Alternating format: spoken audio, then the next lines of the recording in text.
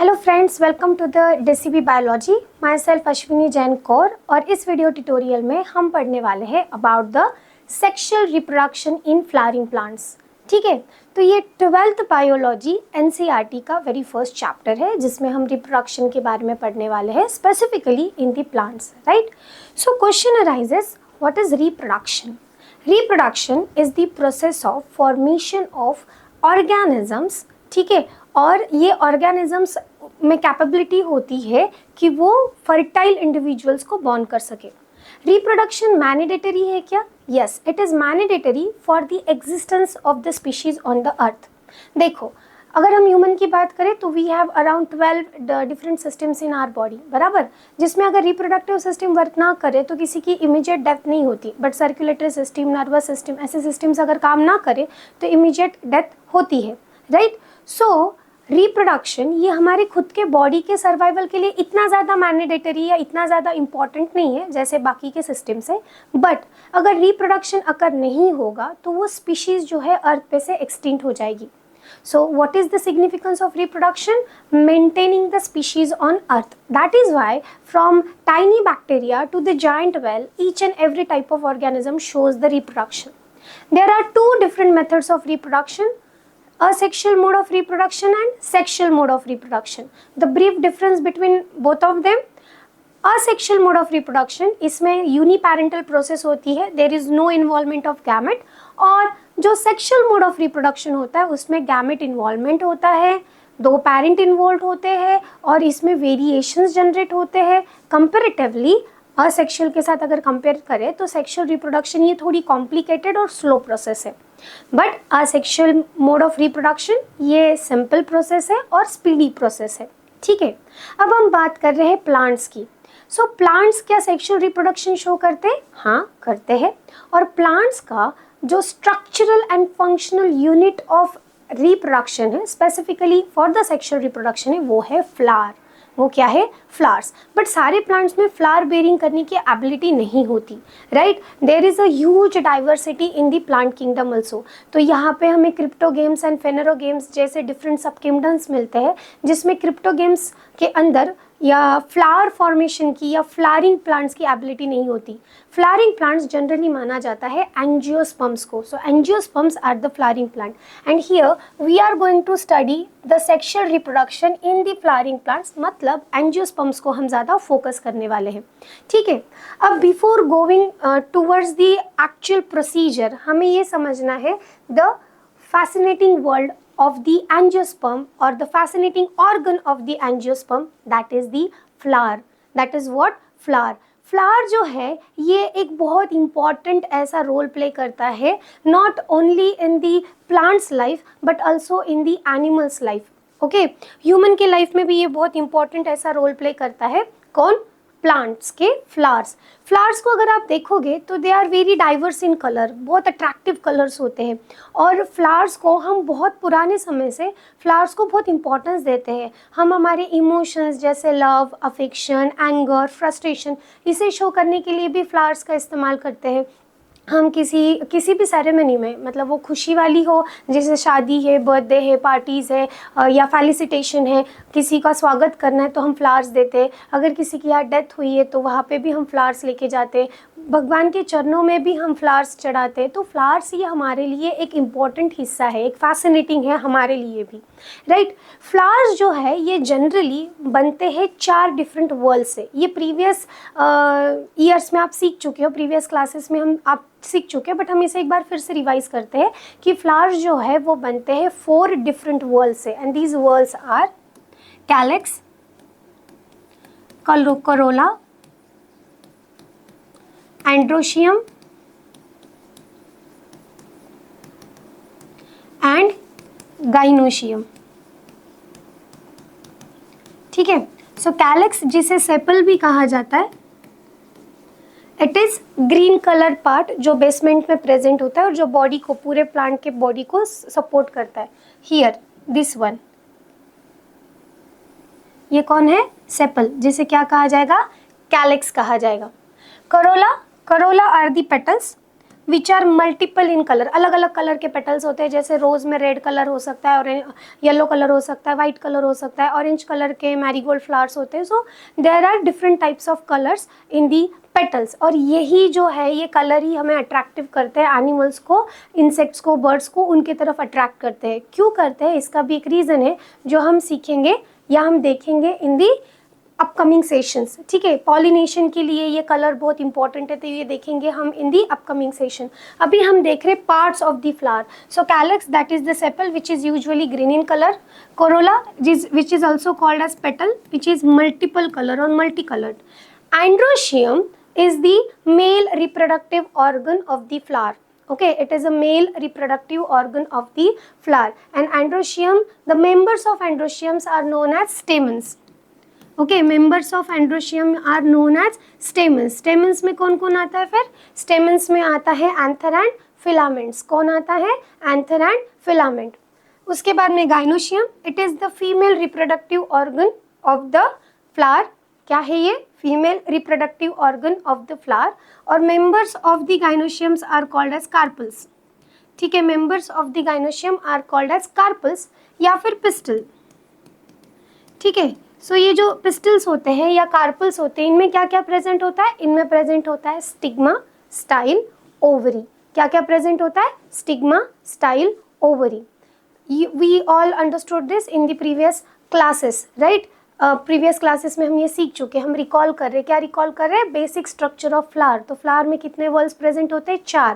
Calyx, corolla, sticky structure called as stigma, and the long tube like structure, hollow tube like structure is called as style. Okay, so what is this? These are the different parts of a flower. What is this? This is the different parts of the flower. Understood till this? तो हम यहाँ पे basic समझ चुके हैं कि flower क्या होता है. फ्लावर ये एक ऐसा ऑर्गन है जो सेक्सुअल रिप्रोडक्शन करने के लिए ज़रूरी है in the flowering plants. Okay, और फ्लावर्स के हमने टाइप भी देख लिए, उनके ऑर्गन्स भी देख लिए, उनके वर्ल्स भी देख लिए. अब हम जाते हैं towards the main content of our chapter. ये जो बातें हम अभी तक करते आ रहे हैं ये नीट के हिसाब से काफ़ी इंपॉर्टेंट है. कॉम्पिटिटिव एग्जामिनेशन में जब MCQs पूछे जाते हैं तो वो पूछ सकते हैं कि a pedicellate flower consist pedicel, sessile flower lacks pedicel, ये आपको पता होना चाहिए. बायसेक्सुअल फ्लावर का एग्जाम्पल पता होना चाहिए. यूनिसेक्सुअल फ्लावर का एग्जाम्पल पता होना चाहिए. Role of the androecium, members of the androecium are known as stamens, members of the gynoecium are known as carpels. We must know this. Okay, तो ये ऑब्जेक्टिव क्वेश्चन में इस पर बहुत सारे क्वेश्चन राइज हो सकते हैं. और सब्जेक्टिव में स्ट्रक्चर ऑफ द फ्लावर पूछा जाता है. Draw NEET label diagram and explain, ऐसे तरीके से पूछा जाता है. तो इसमें आप सिंपल जो प्रीवियस डायग्राम बताई है वो सिंपल हिबिस्कस की डायग्राम आप ड्रॉ कर सकते हो और आप उसमें ये एक्सप्लेन कर सकते हो कि देयर आर 4 डिफरेंट वर्ल्स, जिसमें से 2 एसेंशियल वर्ल्ड है, जिसमें से और बचे हुए 2 जो है वो एक्सेसरीज वर्ल्ड है, and the all resting which we have discussed few minutes ago. Okay, now we are moving towards the pre fertilization structure and event. Pre fertilization, fertilization का मतलब होता है union of 2 gamete and results into the zygote, right? So वो fertilization होने के पहले, flower plant के ऊपर ब्लूम करने के पहले, वो कड़ी खुलने के पहले, बर्ड ब्लूम करने के पहले बहुत सारे इवेंट्स हैं जो होते हैं. काफ़ी सारे हार्मोनल चेंजेस होते हैं इनसाइड द प्लांट बॉडी और उसके बाद में वो फ्लावर ब्लूम करता है. ठीक है, तो वो कौन से इवेंट होते हैं फ्लावर के ब्लूम करने के पहले, फ्लावर के मैच्योर होने के पहले, या फिर सेक्सुअल रिप्रोडक्शन की एबिलिटी गेन करने के पहले क्या क्या प्रोसीजर से फ्लावर्स जाते हैं वो हम अब देखेंगे. तो starting with very first, that is the स्टेमन. Okay, starting with very first, that is what? That is the stamen. So what is the stamen? Stamens are known as members of androecium. What is the androecium then? Androecium is the male reproductive organ. ध्यान में रखो बच्चों, androecium मतलब male reproductive organ. So members of androecium is known as stamens. तो उसमें कौन कौन आता है? उसमें आता है filaments and anther. This one, filament and anther, ये आता है किसमें? स्टेमन्स में. अगर हम इसको और इलोंगेटेड और बेसिक लेवल पर जाए तो फिलामेंट्स एंड एंथर में क्या प्रेजेंट होता है? एंथर में प्रेजेंट होते हैं माइक्रोस्पोरेंजियन एंड दी पोलन ग्रेन। क्या प्रेजेंट होता है? माइक्रोस्पोरेंजियन एंड दी पोलन ग्रेन। ये पोलन ग्रेन क्या है? It is the male gametophyte. what is the pollen grain? Male gametophyte. Then what is the microsporangion? Microsporangion are the cells or the tissues which after doing meiosis give rise to the male gametophyte, मतलब pollen grain। मतलब meiosis किस में occur होने वाला है? In the microsporangium, PMC pollen grain mother cell, ठीक है, या एमएमसी माइक्रोस्पोरेंजियन मदर सेल। इसमें क्या होने वाला है? मियोसिस अकर होने वाला है और हमें क्या मिलेगा? पोलन ग्रेन्स मिलेंगे। So let's go with the basic structure of the stamens. A typical स्टेमन का हम स्ट्रक्चर देखते हैं। तो एक टिपिकल स्टेमन क्या क्या पजेस करता है? एक टिपिकल स्टेमन के पास एक लॉन्ग स्लेंडर क्या प्रेजेंट होती है? स्टॉल्क प्रेजेंट होती है, जिसे हम फिलामेंट कहते हैं। लॉन्ग स्लेंडर स्टॉल्क, जिसे हम क्या कहेंगे? फिलामेंट कहेंगे। और एक एंथर प्रेजेंट होता है। Anthers are generally bilobed. कैसे होते हैं वो? दो लोब से बने हुए होते हैं, ठीक है। और इस दो लोब को सेपरेट करने के लिए ये बीच में जो आपको लाइन दिख रही है, दिस इज कॉल्ड अ थिका। क्या कहा जाता है उसको? थिका, THECA, थिका। तो ये जो थिका होती है ये कितने हिस्से में डिवाइड कर दे रही है? दो हिस्से में, इसलिए इसे कहा जाता है डायथिकस। एंथर इज डायथिकस, मतलब बाइलोब्ड। एंथर कैसा है? डायथिकस है, मतलब कैसा है? बाइलोब्ड है, दो लोब से बना हुआ है। अगर हम उसका ट्रांसफर सेक्शन देखें तो हमें पता चलता है कि उसमें 4 डिफरेंट स्ट्रक्चर्स प्रेजेंट है। कितने? 4 साइडेड स्ट्रक्चर प्रेजेंट है। 4 डिफरेंट स्ट्रक्चर उसमें प्रेजेंट होते हैं। इस वजह से हम उसे क्या कहेंगे? टेट्रागोनल। क्या कहेंगे हम उसे? टेट्रागोनल। टेट्रागोनल, टेट्रा का मतलब 4, गोनल यहाँ पे साइडेड, तो 4 साइडेड स्ट्रक्चर हमें दिख रहा है। That is why we are calling it as a tetragonal, ठीक है। एंड ये जो 4 साइड होते हैं, इसके अंदर क्या प्रेजेंट होते हैं? Pollen sac, that is the 4 microsporangium, जिसमें मियोसिस अकर होने वाला है और पोलन ग्रेन फॉर्मेशन होने वाला है। अंडरस्टूड? यहाँ तक आप लोगों को समझ में आया? क्या कह रहे हैं हम कह रहे हैं कि जो स्टेमन है वो किससे बनता है? एंथर एंड फिलामेंट से। What is the filament? Long slender structure. What is the anther? Anther is the bulgy structure जो बाइलोब्ड होता है, जो थिका से सेपरेट किया जाता है, and that is why it is called as dithecous. Dithecous इसे कहा जाता है। उसमें 4 साइडेड स्ट्रक्चर प्रेजेंट होता है, that is why it is also called as tetragonal structure. और ये tetragonal structure along the anther होता है, अलोंग द लेयर होता है। देखो आप यहाँ देख सकते हो 1 2 3 एंड 4, ऐसे along the length of anther ये प्रेजेंट होता है। Understood till this? समझ आ रहा है आपको? ओके, अब हम देखेंगे जो स्ट्रक्चर है माइक्रोस्पोरेंजियन का, जो 4 हम लोब देखे उसको डिटेल में देखेंगे। तो जब हम इसको काफ़ी हद तक डिटेल में देखते हैं, इसको अच्छे से स्टडी करते हैं, तब हमें पता चलता है कि ये जो स्ट्रक्चर है ना, ये 4 डिफरेंट लेयर से बना हुआ है। 1 the outer most epidermis, the second one बाहर से अंदर जा रहे हैं हम, okay, the second one endothecium, then middle layer and then the tapetum, ठीक है। The inner most layer is called as tapetum. तो epidermis, endothecium and middle layer, ये तीनों का काम होता है प्रोटेक्शन। तीनों का काम क्या होता है? तीनों का काम होता है प्रोटेक्शन। वो माइक्रोस्पोरेंजियन को, मतलब अंदर जो पीएमसी प्रेजेंट है, जो माइक्रोस्पोरेंजियन मदर सेल प्रेजेंट है, जिसमें मियोसिस अकर होने वाला है और फिर हमें पोलन ग्रेन मिलने वाले हैं, वो वाले सेल्स को प्रोटेक्ट करने का काम कौन करता है? Epidermis, endothecium and middle layer. ये तीनों भी क्या करते हैं? ये तीनों भी टफ होते हैं और ये अंदर जो एमएमसी प्रेजेंट होते हैं, that is microspore mother cell जो प्रेजेंट होते हैं, उनको प्रोटेक्ट करने का काम करते हैं। माइक्रोस्पोर मदर सेल किस में प्रेजेंट होते हैं? वो स्पोरोजीनियस टिश्यूज में प्रेजेंट होते हैं। This is the sporogenous tissue. किस में प्रेजेंट होते हैं? वो स्पोरोजीनियस टिश्यूज के साथ प्रेजेंट होते हैं। स्पोरोजीनियस टिश्यूज के इमीडिएट आफ्टर जो लेयर होती है, it is the innermost layer of the microsporangium and it is called as tapetum. उसे क्या कहा जाता है? टेप्टम। और टेप्टम का क्या होता है? टेप्टम का काम होता है जो पोलन ग्रेन है, जो माइक्रोस्पोर मदर सेल से, उनको नरिशमेंट प्रोवाइड करना, उनको न्यूट्रिशन प्रोवाइड करने का काम किया जाता है वाया टेप्टम। Understood till this? यहाँ तक आपको समझ आया? ओके तो अभी तक हमने क्या क्या देखा क्लास? अभी तक हमने देखा अबाउट द माइक्रोस्पोरोजेनेसिस। उसके पहले हमने देखा एंथर, फिलामेंट एंथर का जो टेट्रागोनल स्ट्रक्चर है वो, उसके जो आउटर लेयर है उसके बारे में, मतलब हमने एंथर का टीएस स्टडी किया। अब हम क्या देख रहे हैं, अब हम देख रहे हैं microsporogenesis, that is the formation of what, formation of pollen grain, male gametophyte of the plant, right. तो अब इसके लिए हमें क्या चाहिए, PMC, that is pollen grain mother cell, या फिर इसे एमएमसी भी बोला जा सकता है, माइक्रोस्पोरेंजियन मदर सेल।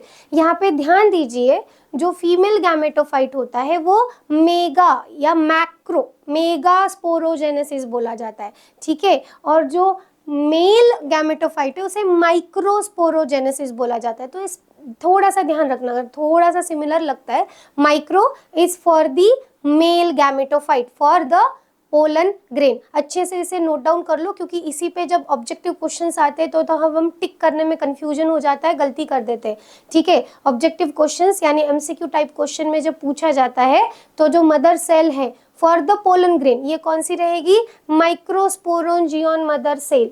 एमएमसी इसका भी शॉर्टकट हो सकता है, या फिर PMC, pollen grain mother cell. अब टिपिकली हम बात करने वाले हैं about the pollen grain. So pollen grain generally circular या स्पेरिकल होते हैं। उनका जो डायमीटर होता है वो अराउंड कुछ 25 to 50 माइक्रोमीटर, इतना उसका डायमीटर रहेगा। जनरली वो स्पेरिकल रहते हैं, ठीक है। अगर हम उनकी शेप की बात करें तो जनरल स्पेरिकल है, but most of the time they can be very, मतलब अलग अलग स्पीशीज के अलग अलग पोलन ग्रेन्स रह सकते हैं। यहाँ पे आप इस डायग्राम में देख सकते हो, ये आपको टेक्स्ट बुक में भी दी गई है डायग्राम, वहीं से मैंने ये ली हुई है कि शेप देखो आपको अलग अलग दिखाई दे रहे हैं। ये इलेक्ट्रॉन माइक्रोस्कोपिक ऑब्जर्वेशन है, इमेजेस है, जिससे हमें पता चल रहा है कि जो हमारा पोलन ग्रेन है उसकी क्या दिख रही है, हमें वैरायटी दिख रही है, उनकी हमें क्या दिख रही है, वैरायटी दिख रही है इन दी साइजेस। तो depending upon the species size थोड़ा बहुत वैरी कर सकता है, बट एक अप्रोक्सीमेट रेंज हमने क्या बताया, 25 to 50 माइक्रोमीटर। अब अगर हम बात करें पोलन ग्रेन के स्ट्रक्चर की, तो पोलन ग्रेन जो होता है, you can observe over here, I will zoom it out. So जो पोलन ग्रेन होता है ये 2 लेयर से बनता है। देखो इसको बाहर से 2 लेयर होती है। कौन सी 2 लेयर्स होती है, एक होती है एक्साइन, एक होती है इंटाइन, ठीक है। पोलन ग्रेन को 2 कवरिंग होती है, 2 लेयर होती है, उसे क्या कहते हैं, जो आउटर मोस्ट है उसे कहा जाता है एक्साइन, और जो इनर मोस्ट है उसे कहा जाएगा इंटाइन। तो बाहर की जो है वो है एक्साइन और अंदर की जो है ये इंटाइन।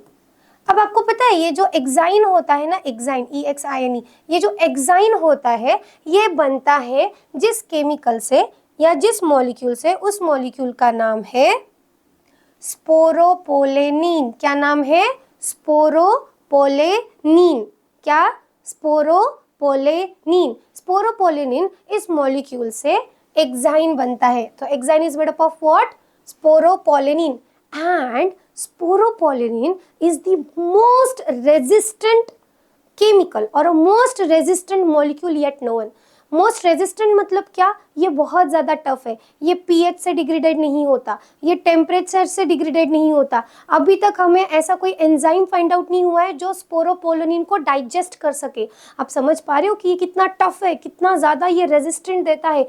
क्यों, व्हाट इज द रीज़न, क्योंकि पोलन ग्रेन के अंदर कौन प्रेजेंट है, या पोलन ग्रेन इटसेल्फ क्या है, मेल गैमेटोफाइट।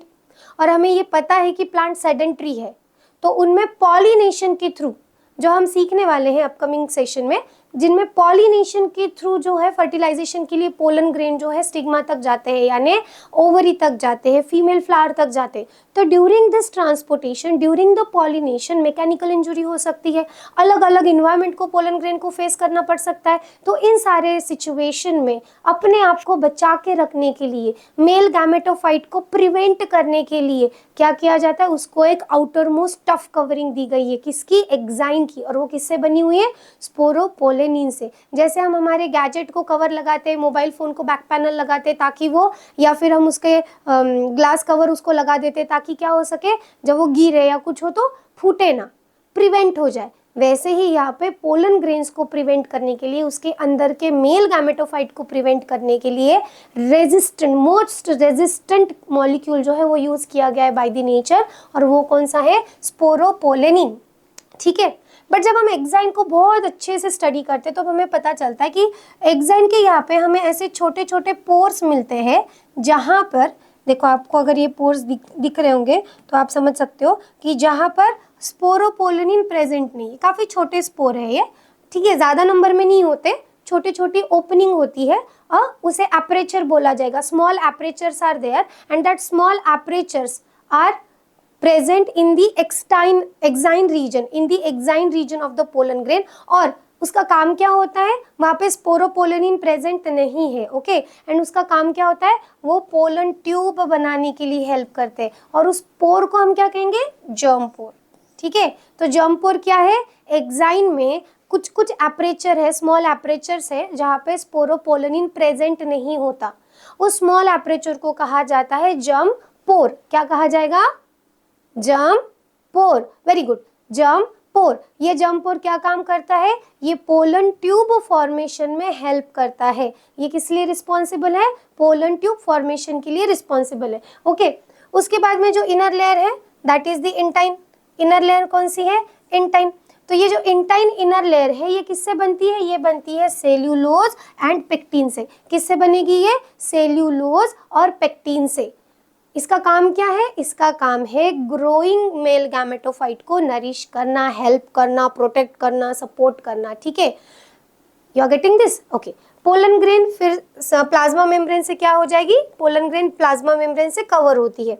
अब यहाँ पे देखो, हमें अब और एक बात करनी है, इंपॉर्टेंट बात हो जाती है वो ये कि जो मैच्योर पोलन ग्रेन है, जब वो मैच्योर हो जाता है, ठीक है, मैच्योर हो रहा है मतलब क्या हो रहा है, माइक्रोस्पोरेंजेनेसिस कंप्लीट हो रहा है और पोलन ग्रेन जब मैच्योर हो रहा है तो उसमें हमें 2 न्यूक्लियस दिखाई देते हैं। ठीक है, कितने न्यूक्लियस दिखाई दे रहे हैं हमें, 2 न्यूक्लियस दिखाई देते हैं और 2 सेल पार्ट दिखते हैं। तो मतलब एक ही पोलन ग्रेन में 2 सेल स्टेज है। कितने सेल स्टेज है, 2 सेल स्टेज। कौन सी, एक वेजिटेटिव सेल, दूसरा जनरेटिव सेल।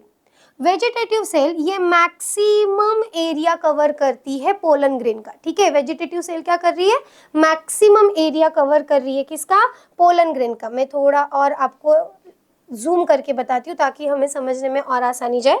सो क्या कह रहे हैं हम कह रहे हैं कि ये जो हमारा पोलन ग्रेन है, ओके, ये जो हमारा पोलन ग्रेन है, just give me a second, let me erase this things so that we will focus on the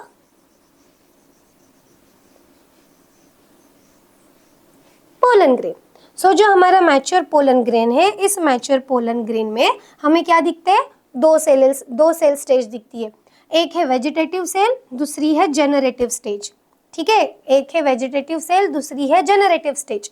vegetative cell का न्यूक्लियस भी लार्ज होता है और साइटोप्लाज्म भी डेंस होता है। ठीक है, मैक्सिमम एरिया जो है वो वेजिटेटिव सेल ने ऑक्यूपाई किया। दूसरी सेल होती है जनरेटिव सेल। दूसरी सेल क्या होती है, जनरेटिव सेल। अब मोस्ट ऑफ द केसेस में क्या होता है, 60% स्टेजेस में क्या होता है, 60% ऑफ एंजियोस्पर्म क्या करते हैं, इसी स्टेज में पोलन ग्रेन को शेड ऑफ कर देते, डेजिसेस कर देते, इसका मतलब पॉलिनेट कर देते। ठीक है, किस स्टेज में, 2 सेल स्टेज में। अब ये 2 सेल स्टेज का मतलब क्या है, यहाँ पे आप देख सकते हो, यहाँ पे एक पोलन ग्रेन में 2 सेल प्रेजेंट है, एक वेजिटेटिव सेल, एक जनरेटिव सेल, बराबर। तो मोस्ट ऑफ दी मतलब लगभग 60% ऑफ दी एंजियोस्पर्म स्पीशीज, पूरे एंजियोस्पर्म स्पीशीज के 60% स्पीशीज क्या करते हैं, 2 सेल स्टेज में ही पोलन ग्रेन को शेड ऑफ करते हैं। What about the rest 40% then, जो बचे हुए 40% वाले होते हैं उनमें क्या किया जाता है, उनमें जो जनरेटिव सेल है, ओके, कौन सी सेल, दिस वन, ओके, कौन सी सेल, ये वाली जो जनरेटिव सेल है, ये जनरेटिव सेल माइटोटिकली डिवाइड हो जाती है। क्या होगी वो, माइटोटिकली डिवाइड हो जाएगी। अब देखो, पहले से एक वेजिटेटिव सेल प्रेजेंट है, जनरेटिव सेल ने माइटोसिस किया तो वो 2 सेल में कन्वर्ट हो गई, 1 + 2 3, तो ये हो गया 3 सेल स्टेज। कौन सी स्टेज हो गई ये, 3 सेल स्टेज। तो 40% जो रिमेनिंग 40% ऑफ एंजियोस्पर्म स्पीशीज है वो ऐसे 3 सेल्ड स्टेज में क्या करते हैं, 3 सेल्ड स्टेज में पोलन ग्रेन को शेड ऑफ करते। Now you have to search कि कौन से एंजियोस्पर्म 2 सेल स्टेज में क्या करेंगे, पोलन ग्रेन को शेड ऑफ करेंगे और कौन से एंजियोस्पर्म 3 सेल्ड स्टेज में पोलन ग्रेन को शेड करेंगे। और आपका आंसर कमेंट बॉक्स में डालिए कि कौन से एंजियोस्पर्म, एग्जांपल्स आपको डालने की ये एंजियोस्पर्म है जो 2 सेल स्टेज में पोलन ग्रेन को शेड ऑफ कर रहे हैं, और ये एंजियोस्पर्म्स है जो 3 सेल स्टेज में क्या कर रहे हैं, एंजियोस्पर्म को शेड ऑफ कर रहे हैं। ठीक है, इसे कमेंट बॉक्स में आप जरूर ऐड करना, जरूर डालना ना। उसके बाद में अब एक इंटरेस्टिंग बात हम जान के लेते हैं अबाउट द पोलन ग्रेन। जो पोलन ग्रेन्स होते हैं ना, वो due to the presence of sporopollenin, जो हमने देखा था स्पोरोपोलोनिन जो एग्जाइम में प्रेजेंट है, very toughest and resistant molecule, तो इस स्पोरोपोलोनिन की वजह से वो एज अ फॉसिल भी प्रिवेंट हो सकता है। लाइक मतलब हजारों साल पहले का पोलन ग्रेन भी अभी हम स्टडी कर सकते हैं। वाई? बिकॉज रेजिस्टेंट वाली कवरिंग है ना, तो उस पर कोई टेम्परेचर, कोई पीएच, कोई एंजाइम तो अफेक्ट कर रहा ही नहीं है, तो वो सेवरल टाइम के लिए क्या रह सकता है, एज इट इज रह सकता है। देखो, एज इट इज रहना और वायबल रहना, इसमें फर्क है। ये हम पॉलिनेशन के दौरान बहुत अच्छे से समझ के लेंगे कि पोलन ग्रेन का वायबल या एक्टिव रहने का मतलब क्या है और एज इट इज रहने का मतलब क्या है। अभी हमें क्या समझना है कि जो हमारे पोलन ग्रेन है वो due to presence of sporopollenin fossils के फॉर्म में भी प्रिजर्व किए जा सकते हैं। एंड दूसरी बात, आपने कभी स्पर्म बैंकिंग सुना है? हम बहुत सारे एनिमल का सीमेन जो है वो प्रिजर्व करके रखते ताकि एनिमल ब्रीडिंग में वो इस्तेमाल किया जा सके for artificial insemination. Now what is the artificial insemination? Artificial insemination is a modern technology to achieve reproduction. इसमें सीमेन को बॉडी में इजैकुएट नहीं किया जाता, सीमेन को ओविडक्ट में इंजेक्ट किया जाता है। तो जब हम through out the series animal reproduction सीखेंगे, खास करके हम ह्यूमन रिप्रोडक्शन सीखेंगे, उस समय हम मॉडर्न टेक्नोलॉजी के बारे में डिस्कस करेंगे, तब आपको बताया जाएगा कि what is artificial insemination. So artificial insemination के लिए मतलब मैन्युअल तरीके से सीमेन को फीमेल रिप्रोडक्टिव सिस्टम में इंजेक्ट करने के प्रोसीजर को आर्टिफिशियल इंसेमिनाइजेशन कहा जाता है। इस आर्टिफिशियल इंसेमिनाइजेशन के लिए बहुत सारे एनिमल्स के, खास करके डोमेस्टिक एनिमल्स के सीमेन को क्या किया जाता है, प्रिजर्व किया जाता है। इसे हम स्पर्म बैंकिंग कहते हैं। वैसे ही हम पोलन ग्रेन बैंकिंग भी कर सकते हैं। हम पोलन ग्रेन को -196 degree Celsius, that is in the liquid nitrogen, okay, कितना, -196 degree Celsius, that is in the liquid nitrogen, क्या कर सकते हैं, प्रिजर्व कर सकते हैं। लिक्विड नाइट्रोजन का टेम्परेचर होता है कितना, -196, and this is the enough temperature for the cryopreservation. What do you mean by cryopreservation? Preserving anything at very low temperature, उसे cryopreservation कहा जाता है। So at -196 degree Celsius, okay, at -196 degree Celsius, what we are going to do? We are going to store pollen grains. Now, why to store the pollen grain? Question arises. Why to store the pollen grain?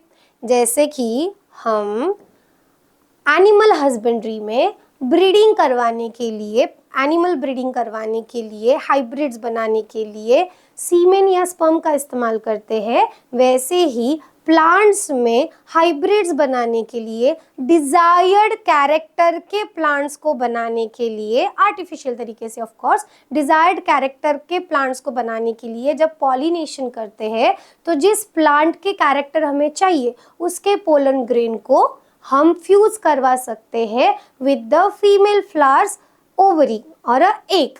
ठीक है, तो ये इसमें क्या किया जाएगा, इसमें natural pollination नहीं होने दिया जाएगा। ऐसे केसेस में हम पोलन ग्रेन्स को स्टिग्मा पर रख देंगे। अब स्टिग्मा क्या है ये हम कुछ समय में सीखने ही वाले हैं। ठीक है, तो स्टिग्मा पे हम क्या करेंगे, उसको रखेंगे या स्प्रिंकल करेंगे। इस वजह से जो कैरेक्टर आएंगे वो हमें पता रहेंगे, क्योंकि पोलन ग्रेन हमने चूज किए कि कौन से पोलन ग्रेन ने एग को फ्यूज करना चाहिए, ओव्यूल को फ्यूज करना चाहिए। ओके, सो इसलिए ठीक है, प्लांट एग्रीकल्चर इंडस्ट्री में, फार्मिंग इंडस्ट्री में अच्छे अच्छे क्वालिटी के और जिसकी क्वांटिटेटिव और क्वालिटेटिव एनालिसिस बहुत अच्छा है, ऐसे प्रोडक्टिव प्लांट्स जनरेट करने के लिए या प्लांट स्पीशीज जनरेट करने के लिए हम पोलन ग्रेन्स को स्टोर करते हैं, तो उसे पोलन ग्रेन बैंकिंग भी कहा जा सकता है। कौन से टेम्परेचर पे स्टोर करते हैं बच्चों, -196 डिग्री सेल्सियस। इसके लिए हम किसका इस्तेमाल करने वाले हैं, लिक्विड नाइट्रोजन।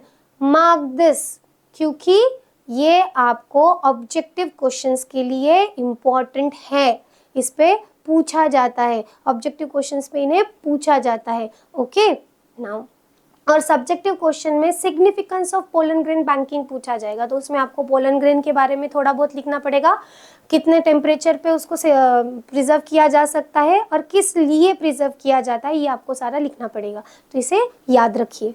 अब आपको पता है पोलन ग्रेन ये बहुत न्यूट्रिटिव होता है, क्योंकि इसमें ऐसी सारी चीज़ें भरी पड़ी है जो एक ग्रोइंग बेबी को, मतलब देखो अब पोलन ग्रेन जो है वो मेल गैमेटोफाइट है, वो मूव करेगा, वो जाएगा ऑन द स्टिग्मा, फिर पोलन ट्यूब फॉर्मेशन होगी, फिर न्यूक्लियाई रोल डाउन करेंगे, फिर फर्टिलाइजेशन होगा। तो पोलन ग्रेन के अंदर जो प्रोटीन्स है, पोलन ग्रेन के अंदर जो मॉलिक्यूल्स है, ऐसा माना गया है कि ये बहुत ज़्यादा स्ट्रेंथ देने वाले हैं। इस वजह से वेस्टर्न कंट्री में तो पोलन ग्रेन से बने हुए सप्लीमेंट्स का इस्तेमाल किया जाता है, पोलन ग्रेन से बने हुए टैबलेट्स को कंज्यूम किया जाता है, सिरप्स को कंज्यूम किया जाता है, पाउडर को कंज्यूम किया जाता है। वहाँ तो ऐसा भी माना जाता है या ऐसा भी प्रैक्टिस किया जाता है कि जो एथलीट्स है, जो किसी ना किसी स्पोर्ट्स में है या कोई एथलीट्स है या कोई फिजिकल वर्कआउट ज़्यादा करता है, तो सप्लीमेंट के फॉर्म में, ठीक है, प्रोटीन एंड डिफरेंट मॉलिक्यूल के सप्लीमेंट के फॉर्म में उनको क्या प्रोवाइड किया जाता है, उनको प्रोवाइड किया जाता है पोलन ग्रेन से बने हुए पाउडर, पोलन ग्रेन से बने हुए टैबलेट्स एंड पोलन ग्रेन से बने हुए सिरप्स। अब जैसे पोलन ग्रेन का ये एक पॉजिटिव पार्ट है कि वो एज अ न्यूट्रिएंट इस्तेमाल किया जा सकता है, वैसे पोलन ग्रेन का एक निगेटिव पार्ट भी आ जाता है with term with the human, and वो है एलर्जी। बहुत सारे ह्यूमंस को पोलन ग्रेन की एलर्जी होती है, क्योंकि पोलन ग्रेन में जो स्पोरोपोलिनिन प्रेजेंट है, जब हम पोलन ग्रेन को इनहेल कर देते हैं वो हमारे रेस्पिरेटरी ट्रैक में चले जाता है, और ऐसे समय पे एस्थमा या ब्रोंकाइटल इशू आ सकते हैं। तो पोलन ग्रेन ये एलर्जन भी हो सकता है। Allergens are the agents which are responsible for inducing allergy or inducing immune system in some person but not in all। ठीक है, जैसे देखो अगर मैं कहूँ कि एस टाइफी है, साल्मोनेला टाइफी, तो ये किसी के भी बॉडी में चले जाए ये इन्फेक्शन कॉज करेगी, but it is not the case with the pollen grain. Pollen grain हर किसी के बॉडी में एलर्जी क्रिएट नहीं करता, कुछ कुछ लोग एलर्जिक होते हैं पोलन ग्रेन को। तो एलर्जी का मतलब ही क्या होता है, ऐसे कंपोनेंट से एलर्जी होना या ऐसे कंपोनेंट की वजह से इम्यून सिस्टम इवॉक होना जिससे नॉर्मली होती नहीं है। ठीक है, सो pollen grain can be allergic और एलर्जेंस फॉर सेवरल ह्यूमंस। जिन्हें पोलन ग्रेन की एलर्जी है उनको फूल को स्मेल करना नहीं जमता है, वो स्मेल करते तो तुरंत उनको स्नीजिंग स्टार्ट हो जाता है, ब्रीदिंग में प्रॉब्लम हो सकता है, एस्थमा हो सकता है, there are so many things are going to be happen. Okay, understood till this? ठीक है, तो ये जो सेक्शन अभी हमने देखा है जिसमें हमने देखा है कि pollen grain as a nutrient, as a supplement इस्तेमाल किया जाता है, एंड पोलन ग्रेन ही एज अ एलर्जन है, ये आपको एनसीईआरटी के बुक में भी दिया गया है। हम at the end of video उस सेक्शन को भी अच्छे से देखेंगे। ठीक है, इफ़ यू वांट टू हम अभी उसे देख सकते हैं, जस्ट गिव अ सेकंड, हम देखेंगे कि नो वेट,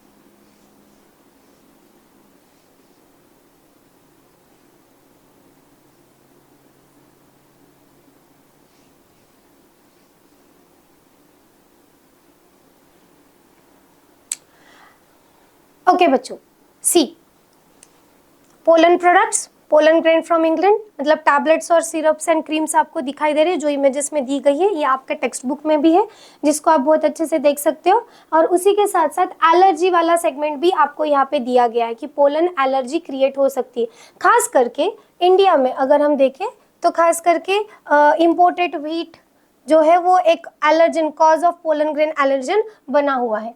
ठीक है, अंडरस्टूड टिल दिस? आपको यहाँ तक समझ में आ गया? अब और एक इंटरेस्टिंग बात हमें जानना है अबाउट द पोलन ग्रेन कि जब पोलन ग्रेन शेड ऑफ होते हैं, ठीक है, जब पोलन ग्रेन शेड ऑफ होने वाले हैं तो उसके बाद में वो कितना समय के लिए वायबल है। वायबल होना मतलब हैविंग एबिलिटी, या जिंदा है, जैसे उसमें एबिलिटी है कि वो एग को फ्यूज कर सके, फर्टिलाइज कर सके। ठीक है, it can show the fertilization, ठीक है, उसे वायबिलिटी कहा जाता है। तो this viability can be vary in the species. कुछ ऐसे स्पीशीज है जिसमें शेड हो जाने के बाद पोलन ग्रेन 30 मिनट तक ही वायबल रहते हैं, जैसे कि व्हीट है, सोलेनेसी फैमिली है, राइस है, सीरियल्स है, जितने भी सीरियल्स है जैसे राइसेस, व्हीट, इसमें पोलन ग्रेन शेड हो जाने के बाद 30 मिनट तक वायबल रहते हैं। ठीक है, बट ऐसे भी प्लांट्स हमें मिलते हैं जैसे कि सोलेनेसी है, रोज है, ठीक है, इनके अंदर for a several months pollen grain viable रहते हैं। तो viability of pollen grain actually depend करता है किस चीज के ऊपर? एक्चुअली वो डिपेंड करता है इस चीज के ऊपर कि वो कौन से स्पीशीज का है। किस पे डिपेंड करेगा? वो कौन से स्पीशीज का है, राइट। तो अभी हमने एनसीईआरटी के बुक को रेफर करके देखा कि किस तरह से पोलन ग्रेन को as a nutrient, as a supplement use किया जाता है with the help of tablets and all. तो अब हम एक क्विक रिकैप लेते हैं about the pollen grain.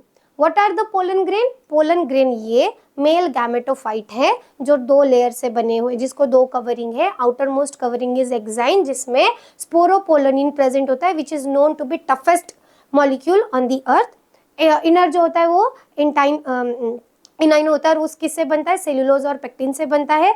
Pollen grain में 2 तरीके के सेल हमें दिखाई देते हैं, 2 तरीके के सेल प्रेजेंट होते हैं, एक वेजिटेटिव सेल और एक जनरेटिव सेल। 60% एंजियोस्पर्म की स्पीशीज क्या करती है? यही 2 सेल स्टेज में पोलन ग्रेन को शेड करती है।